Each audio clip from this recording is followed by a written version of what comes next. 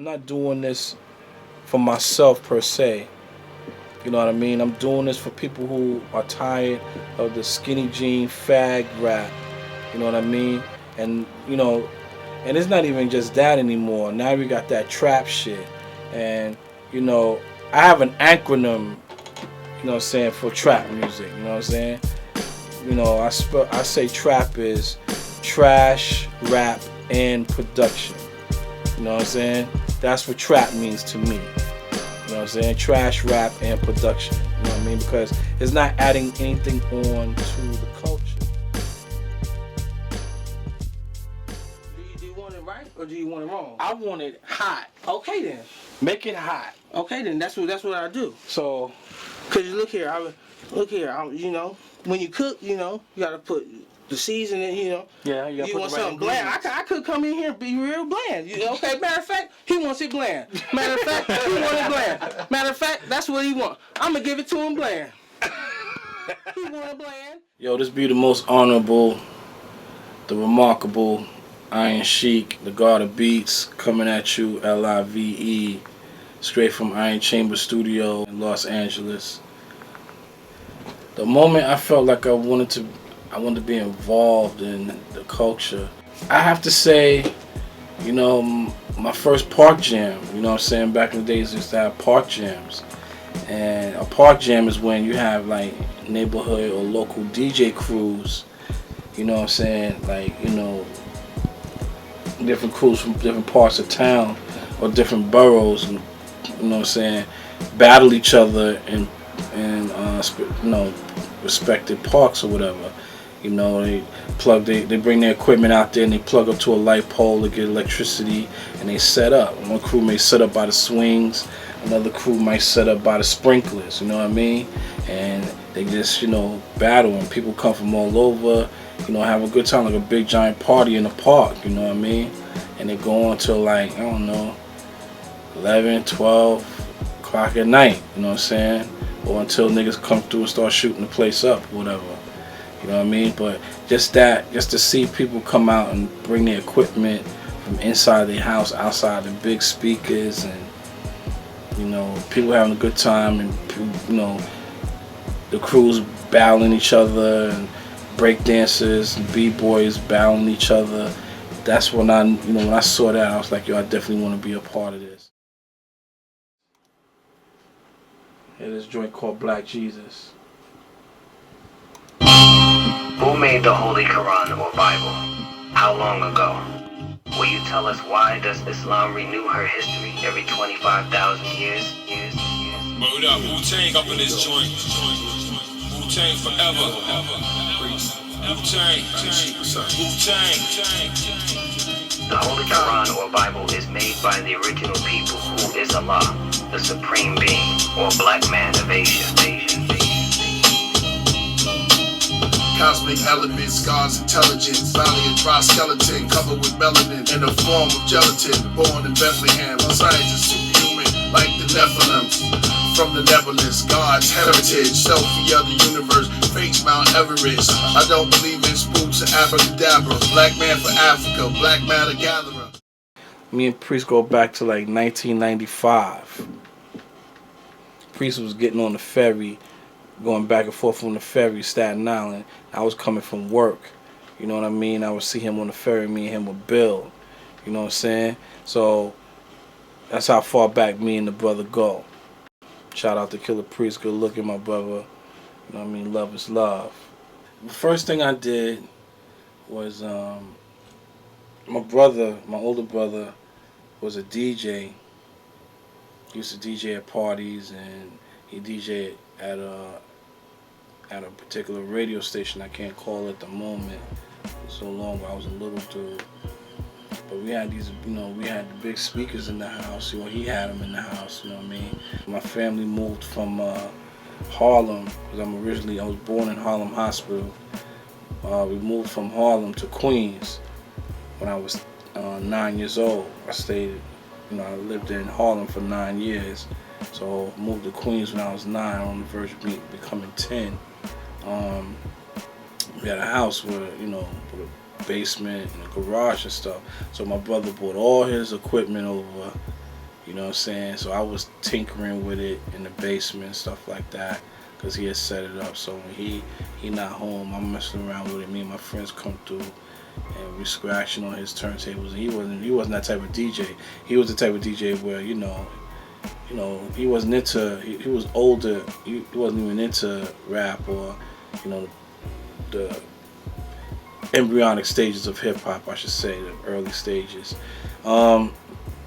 So his turntable, we didn't have Techniques. This was before Techniques even came out. So I was messing around with his stuff, and then I grown accustomed to actually spinning records and stuff like that. He would show me how to spin records and stuff, and my friends would come over and he'll trust me to play, with his equipment and stuff. So that's when I got it, you know what I mean? So I started out as a DJ first, and we started a DJ crew, you know what I'm saying? The intro, you know what I'm saying? I would say, me being a DJ and spinning music, which is basically parallel to what I'm doing now on the MP. I'm just producing music, you know what I mean? So it's just the next level or the next phase of it.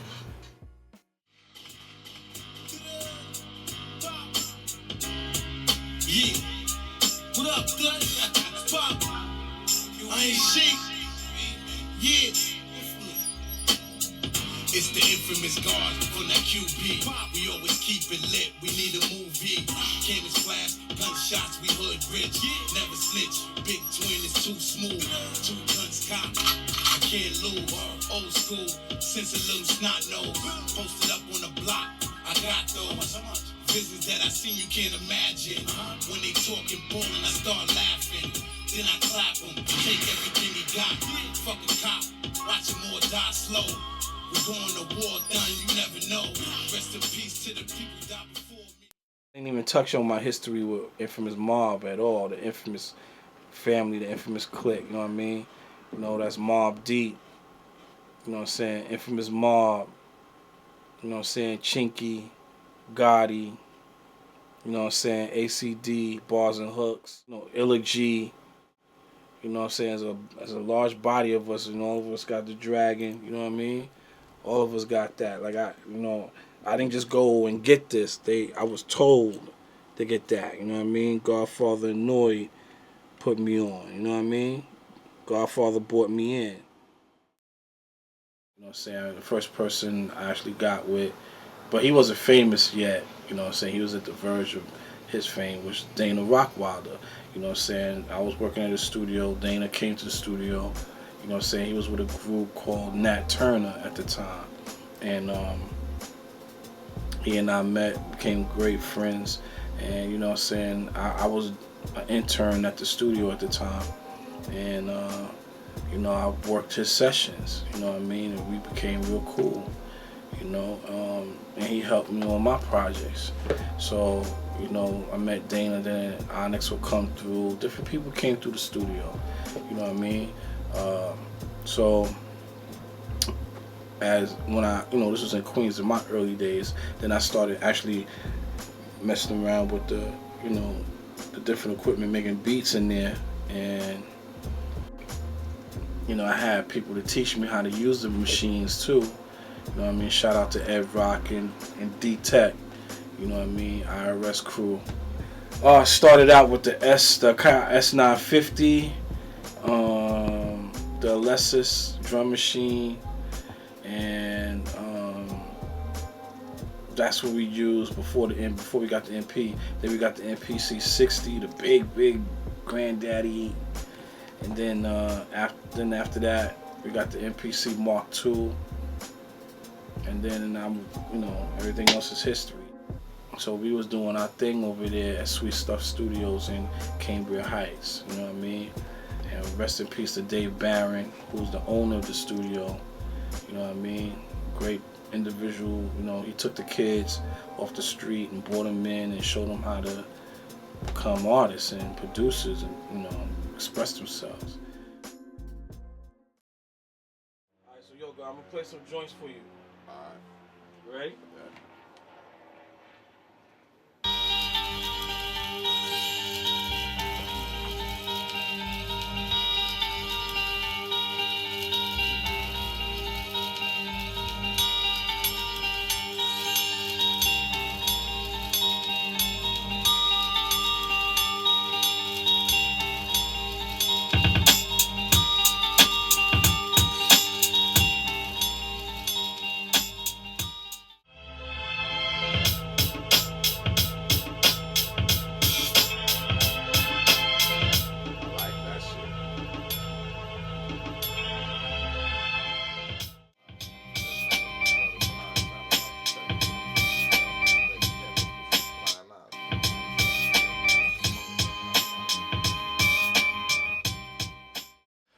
chemicals. Flying knives crashing through your section, spit minerals. Murder for hire, master of deception, cold currents. I had picked up an artist named Bambi, and I started working with her, and I was writing, I was ghostwriting for her and making her music, you know what I mean? And she lived on Staten Island, so I moved with her. We moved together, and we got a spot on Staten Island, and I was working closely with her, and she knew RZA's sister, Sophia, and she introduced me to Sophia, and Sophia had her nail salon on Bay Street, on Victory, called Wu Nails, right across the street from Wu Wear. You know what I'm saying? Like the first store Wu-Tang opened, clothing store. The first person from Wu-Tang I met was Method Man. Method Man is the first person I met that embraced me. And I met him at Wu Nails and shit. We started chopping it up. And then from there I met my man MOBB Barber, that's Ghostface cousin. You know what I'm saying? He did like joints for, like Motherless Child and shit like that. You know what I'm saying? And he actually had a barbershop. Like during the day it was a barbershop, and at night we'll close it down. He'll pull out his equipment. We made beats all night. It's crazy. The first group, you know what I'm saying, the first stage of it was me working with Bambi, you know what I'm saying? And we did a video. We got on Video Music Box, Ralph McDaniels and shit. You know what I'm saying? He's played it. And when we did the video, we did the song, it was a response to LL's Cool J, I Shot You. This one off nice, you know what I mean? Word up, check it. I shot ya. I'm splitting brothers open like a doctor. You fell asleep, the vampire teeth got ya. I drop you down in boiling acid. You melt like plastic, elastic, it's drastic. Violations, wrong vibrations. Son, cut the hammer, let the uncle give him one.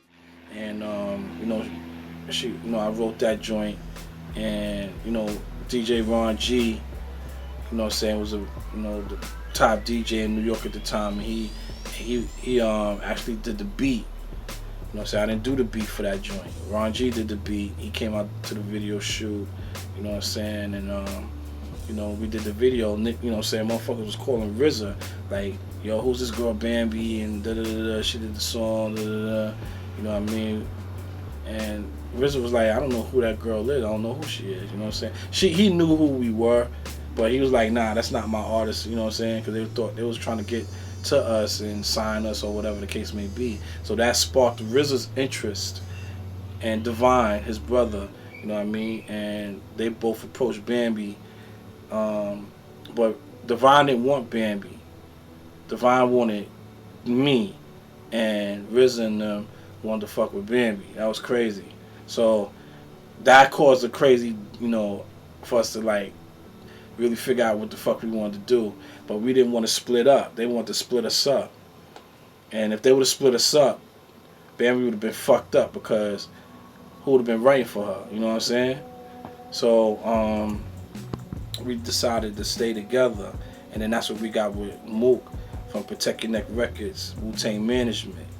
And Mook kept us together, and we did an album with Mook. And on that album, it's called Protect Your Neck Collection Volume 1 on Protect Your Neck Records. You know what I'm saying? Wu-Tang is on the album. I'm on the album rapping. I see all the little guns running around having fun, packing water guns on the run, no diggy. New York City, where I be, stay with me, where the grimy gets gritty. I reminisce with my kinfolk, with the green smoke, confess my sins choke. Plus I produce joints for Bambi and myself. I'm on the first single with MMO called Stop Playing Games. RZA's on the album, Old Dirty's on the album, Ninth Prince is on the album, Cap is on the album, Deck is on the album. I mean, Wu-Tang is on the album, G. This was at the pinnacle. Mook would tell me, yo, go around. Like, he know when the studio sessions are, like when they was recording Wu-Tang Forever. That's when I really started coming around hard body. So I was in the studio with them when they was recording Wu-Tang Forever. Mook, John Mook Gibbons, the CEO, president of Protect Your Neck Records, introduced me to RZA. He put me on, okay? Mook introduced me to RZA. Yo, Sheek, this is RZA, this is Iron Shiek. right there at Quad Studios where Pac was shot at. Mook is the one that put me on. I didn't put myself on. I didn't shop my deal and RZA picked me up or anything like that. It was nothing like that. I got my deal with Protecting Neck Records, Wu-Tang Management. I came out on a compilation album with the Clan. I'm on the album with the Clan. I'm working closely with Mook. I was there through the whole process because I was living in Atlanta. Mook flew me into New York, and I was living in New York, you know what I'm saying? And I was staying there, and Mook held me down. Boom. Period. When he was working at Wu-Tang Records and shit.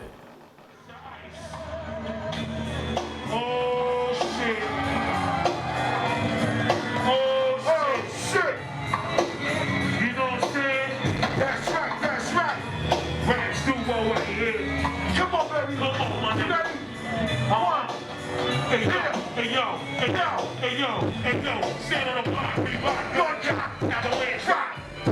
Mass murder with services, shut that breaker, watch the alley cats faker, blow 9 made them, drop grenades and take them, quick fast, we can play like the Snobby Blue Troop, Blue Chase out continues, rap violators be crashing fantasy, getting hot, niggas stand by. Me and Cap built our relationship. We didn't build our relationship off of music. I didn't want to hit Cap off with no beats. I didn't want to be on those songs with him, you know, the typical groupie fag shit. I didn't want to do any of that. You know what I'm saying? Cap was my brother. You know what I'm saying? Everybody know I'm a 5%er. Most of the Clan is 5%ers. Cap is a 5%er. At the time, he was a Muslim. He was a 5%er and he became a Muslim. But either way, we still had some things to discuss. We had platforms to build on. So, you know, I talked to Cap as a brother, and Cap, you know, confided in me a lot of things that he was going through in his career, in his personal life, and I was there for him as a brother, as an ear, you know what I mean? And there were some things I was seeing online that was, had Cap's name on it, and I know Cap had nothing to do with it. You know, like somebody released a DVD, somebody released a mixtape, you know what I mean? Wu South and all this shit, and he ain't had nothing to do with that. So I would be like, Cap, yo, you know, Cap didn't have a computer and he wasn't internet savvy, so he wasn't up on things that was going on the internet, so he wasn't aware. And he didn't have management at the time. So I would call him and be like, yo, God, you know what I'm saying? There's a DVD out with your face on it and with your name, you know what I mean? There's, you know, these guys releasing CDs and shit, saying, you know, you want it or you co-signing it. So I'll give him the information, he go and deal with it, you know what I mean? That was it.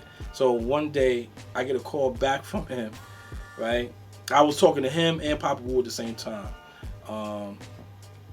I dealt with Papa Wu, you know what I'm saying? Papa Wu had the same problem, you know what I'm saying?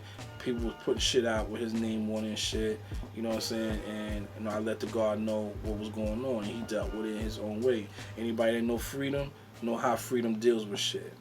You know, he's a no-nonsense person.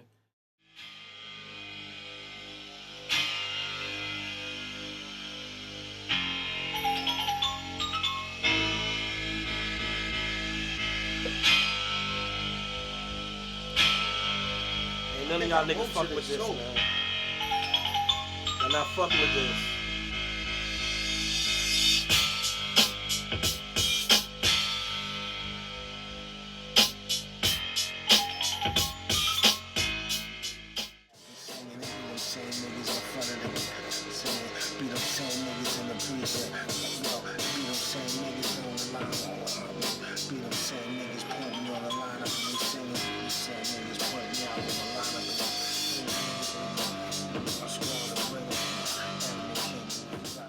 Talked to Cap and I was tough with him.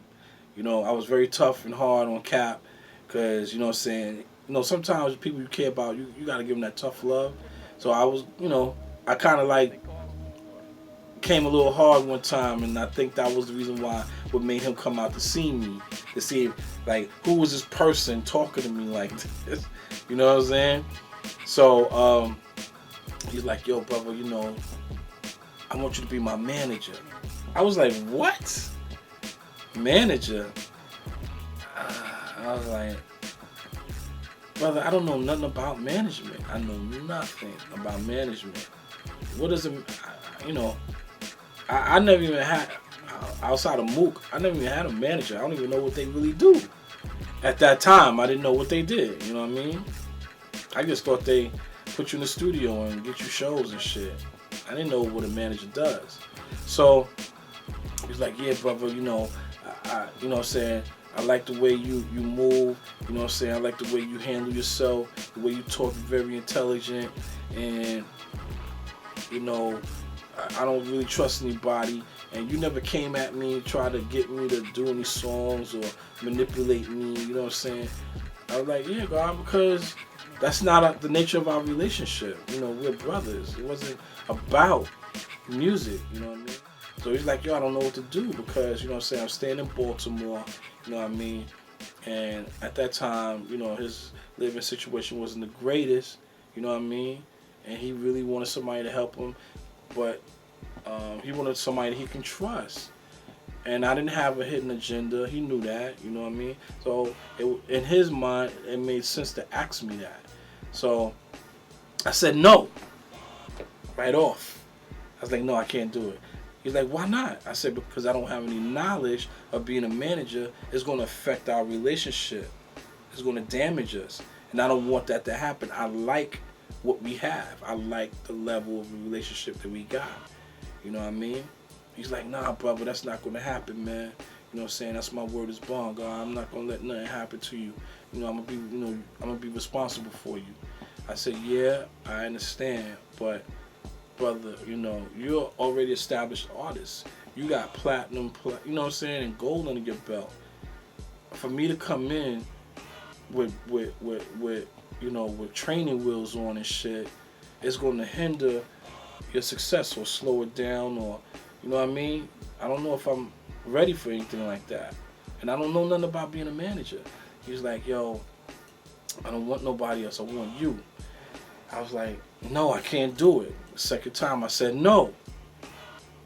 He was like, yo, brother, just give it some thought, man, before you say no, you know what I'm saying? So I was like, all right, God. You know, I told him no really 3 times. But on the 3rd time, he was like, yo, just reconsider, just think about it. I said, okay, G, give me 3 days. You give me 3 days, let me think about it. Let me weigh on my options and shit. And then I'll come back to you with an answer. Fair enough? He was like, all right, cool. And we talked a little more, and he left. So for 3 days, I was doing my research on him. I was looking at the interviews on MTV. He was driving a cab. I looked at, you know, his music, you know what I mean, videos and stuff like that. I had nobody really to ask about Cap because it's not like I had Method or anybody on my speed dial, you know what I mean. I asked Mook about Cap, you know, but I didn't have anybody else to refer, you know, because I wasn't really in the matrix with Wu-Tang like that where I can just call niggas up. You know, it's like, yo, when I see him at the show or when I see him at the studio, they know me and, you know, whatever, you know what I mean? So I gave it some thought. I talked to some people that I respected and I took their wisdom in. I talked to my uncle Allah B, you know what I'm saying? And he gave me some great advice. So I said, all right, cool. So I looked at my project, True Grind. I said, you know what, this probably could help True Grind because if I'm working with Cap, I'm going to meet other people. That therefore probably put me in a better position. And at the same time, I'm learning something new, how to be a manager, and I'm working with Cap, which is an artist that I like and respect. Seemed like a win-win situation. So I called Cap on the 4th day, not on the 3rd day.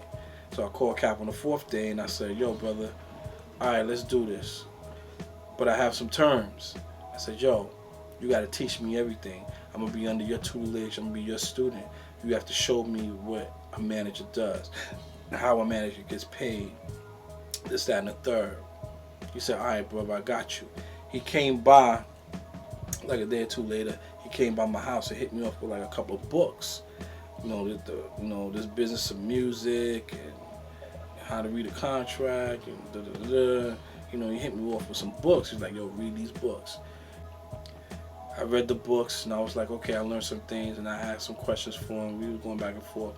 So one of the first things I knew is that I had to get the product together. And being Cap as the product, I had to, because Cap wasn't at his best. You know what I'm saying? He wasn't looking like Cappadonna when we was talking. He was just a regular dude. Like, he need to get shaped up. He need to get his gear game together. You know what I'm saying? He had to get his knowledge back together. So I worked with him on that. You know what I'm saying? Like when I met Cap, at that time, his career was flatline. Cap, people still knew who he was and loved him. You know what I'm saying? Legend and all that in their eyes, but the infrastructure and the internal aspects of what was going on with Cappadonna, that I seen, that I knew about, and people that was close to him knew about, wasn't the Cappadonna of Wu-Tang that everybody knew. So my first job was to bring him back to life, to give him the confidence, to let him know that he is that artist. So I had to work with him on that. Then getting him, taking him, shopping, getting him some gear, get him a photo shoot. I had to build him back up. And the first thing I did with him as far as a project was a mixtape called The Greatest Darts Ever Sold. That's on Dat Piff. That was the first thing that we ever did together. And I did that to put Cap back in the, in the streets and in the limelight, more or less, to let people know of all of the dope albums and songs that he was on, his contribution to Wu-Tang, because we kept seeing a lot of articles at that time that Cap is the unofficial 10th member of Wu-Tang, and that shit used to burn him up. I used to get an earful of him venting about that, and it kind of bothered me too, because when you look at Wu-Tang's hottest songs, Cap is on them. He got like the hottest verse, from Triumph to Can-May, So it's like he's not really getting his fair shake. So I started feeling a certain type of way about, people, in the Source magazine or whatever, writing shit like that.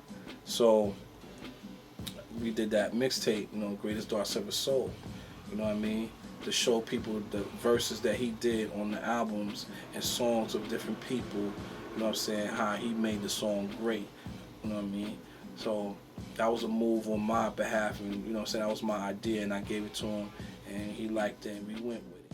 I worked with Cap. I managed Cap for 7 years, okay, from that day, 7 years. When I met Cap, again, he was flatline. Niggas was raping him, taking advantage of him. He was doing $350 shows, $400 shows.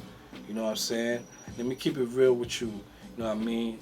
Like, nobody even know this. Nobody really, only people that's close to me know this. But Cap, if Cap see this, Cap gonna know I'm telling the truth. You know what I'm saying? He was working with this dude, this white dude in VA. He got this company called Man Bites Dog Records. Ryan, I think his name is. He had booked Cap on this bullshit tour. You know what I mean? And when I looked at the tour book, I'm looking at the numbers he's supposed to be picking up. You know what I'm saying? And when you say pick up, means that the artist is supposed to get paid a certain money. You know what I mean? And I'm looking at $350, $400, $250. You know what I mean? Because, he already got the advance, but the balance. You know what I mean? And I'm like, everything is under $500. You know what I mean? And I'm like, wow, why is Cap getting this type of money and shit? So I looked at it, you know what I'm saying? So this was like my first order of business. So he was like, yo, man, this is what I'm doing. So Cap didn't tell me he was involved with the tour. He didn't tell me he was involved with other people. He said basically he's just doing him. So, like artists do, they don't tell you the whole story. You know what I mean? You gotta go in and fix the shit or clean it up. So boom. So I look at the shit. I'm like, yo, God, you're not doing. I said, how you moving? There's a tour bus involved, a van, somebody gonna drive you? Like, nah, you got me hopping on planes. I said, through the whole shit? I was like, there's no fucking way you're gonna do this. I said, yo, G, you're not doing this tour. He said, you serious? I said, my G, you're in my crib. You're not doing this fucking tour. It's not happening. I said, let me get this nigga's number. So he gave me the number. I called Ryan. I said, yo, Ryan, what's going on, brother? He's like, yeah, I'm good. Who is this? I said, yo, this is Honor. I didn't call myself Iron Shiek at that time. He was like, yeah, what's up, Honor? What can I do for you? I said, yeah, man, I'm standing here, you know what I'm saying, with Kappa, and I'm looking at this tour that you put together. He's like, oh, yeah, yeah, is Cap ready to go? Because, you know, say we're going to be leaving in a couple of days. I said, yeah, I see that. I said, but there's one problem. He said, what is that? Cap's not going on this tour. What? He's, you know, he just lost his mind on the other side of the phone. I said, yeah, man, you know, Cap is not doing this tour, man. I said, you raping him. You know what I mean? He don't even have any money in his pocket right now. You know what I'm saying? Like, you know, this is not right. This is slavery. Slavery been over, man. You know what I mean? We're not doing the tour. That's it. Get somebody else to do the tour. He's not doing it. And I hung up the phone. My phone. So, yeah, of course, he tried to call me back. And I was like, yeah, you know, what can I do for you? You know what I'm saying? I said, I'm managing Cappa now. I'm his manager. You know what I mean? Everything got to be clear with me. I'm not, my client, Cap, is not happy with this tour. I don't like it. He's not doing it. Come with some better numbers or a better situation, and maybe we could do business. Now, what's the end of that? I didn't hear from Ryan for like maybe a few years later. You know what I mean? He came back at us with some other shit. So I guess that was a way for Cap to test me and see how, you know, how I'm going to be later on. And he was happy. He was like, yo, we going to, you know, after that, you know, me and Cap was like Batman and Robin and shit. You know what I'm saying? I'm doing with the Circle of Iron. Not only is it an audio CD, but I'm also doing a 3D animated movie based on the album. So when you see the cover, if you see the artwork for the cover, you know what I'm saying, it looks like a movie poster. You know what I mean? Some people have said to me, you know, the first draft of it, you know, some people said to me, yo, it look like RZA's Bobby Digital joint. I can understand where people would say that, but I did not think of him. Me and my graphic designer, Culture Freedom, Piece of Culture Freedom, we didn't think of that. We wasn't thinking in those terms. So I was like, yo, let's do a black exploitation type of look, you know what I mean, like a movie. And when we did our research and we looked at Superfly's poster, we looked at Hell Up in Harlem, we looked at Black Caesar, go and look them up. You'll see where I got my, you know what I'm saying, my inspirations from, you know what I'm saying, to do the Circle of Iron cover, and you'll see where RZA got his from, you know what I mean? So I didn't look at RZA's album and say, yo, I want to come close to that. It didn't happen like that. So along with that, I'm doing, like I said, I'm doing a 30-minute 3D animated movie based on the album. You know what I'm saying? And that's going to come with the album. It's going to be a DVD to come with the album. Plus, and nobody ever done that before. Plus, I'm getting a video game developed based off of the movie, which is based off the album. You know what I'm saying? And the video game is going to be played on my website. So when you buy the album, you're going to get a code to go on the website to play the video game. Like I said, I got the shirts, you know what I mean? This one right here, this is the special edition joint. You know what I mean? Now, this one I happen to have on, this is the one Ghost like this one. You know what I mean? This one is in gold. You know what I'm saying? It also comes in purple, red, blue, you know what I mean? Glitter, just like this, metallic. You know what I mean? Purple metallic, green metallic, baby blue metallic, red metallic, you know what I'm saying? All the colors, you know what I'm saying? Where can they get that? At acefaceapparel.com. And on the back, you know what I mean? Let me check the back out. See what I'm saying? Dope shit. You know what I mean? Now I'm gonna let y'all see the other shirt I got, you know what I mean, which is the album cover. You know what I mean? The Circle of Iron joint. The album cover is, you know, heat press joint. You know what I mean? This one, the special edition joint, this is $35 on acefaceapparel.com. Okay? And the other t-shirt, which is just the album cover itself, is $25. And let me tell you what I'm doing with that. Anybody that buys the shirts, take a picture of the shirt, send it to me. I'll put your picture on the artwork on the album cover. Who's doing that? Meth, none of them is doing that. You know what I mean? I'm showing more love to people who support me. You know what I'm saying? I want y'all to know that I acknowledge you. You know what I mean? So where do they send the picture to? Well, you can hit me on my Facebook. You know what I'm saying? That's Iron Shiek Wu at Facebook. You know what I'm saying? Or you can hit me in the email at ironshiekwu@gmail.com. Iron Shiek Wu Twitter. Iron Shiek Wu at Instagram. You know what I mean? That's everything right there. You know what I mean? Well, like I said, you know, say you buy the picture. You buy the shirt. You take a picture, you send it to me, and I'm gonna do a whole page of a collage of everybody that bought the shirts, you know what I mean? And I'm gonna put that on my artwork on the album, just to show everybody that buys the album who supported me, and it'll be you, you know what I mean?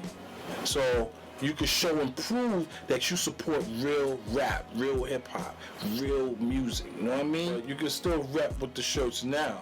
You know what I mean? Because the shirts is also plays a major part with the album, because you know what I mean. It can finance the album in a sense, even though I'm doing everything myself. You know, all that, everything is relevant. Everything has its place within the situation. You know what I mean? So I'm not just, you know, selling the shirt so I can pocket the money. You know what I'm saying? It's not the case. The case is I want everybody to be able to have something, a piece of me, a piece of the project, and show and prove that they are involved with the project as well, the development of the project, you know what I mean? So everybody is involved. It's not just my project, it's your project too.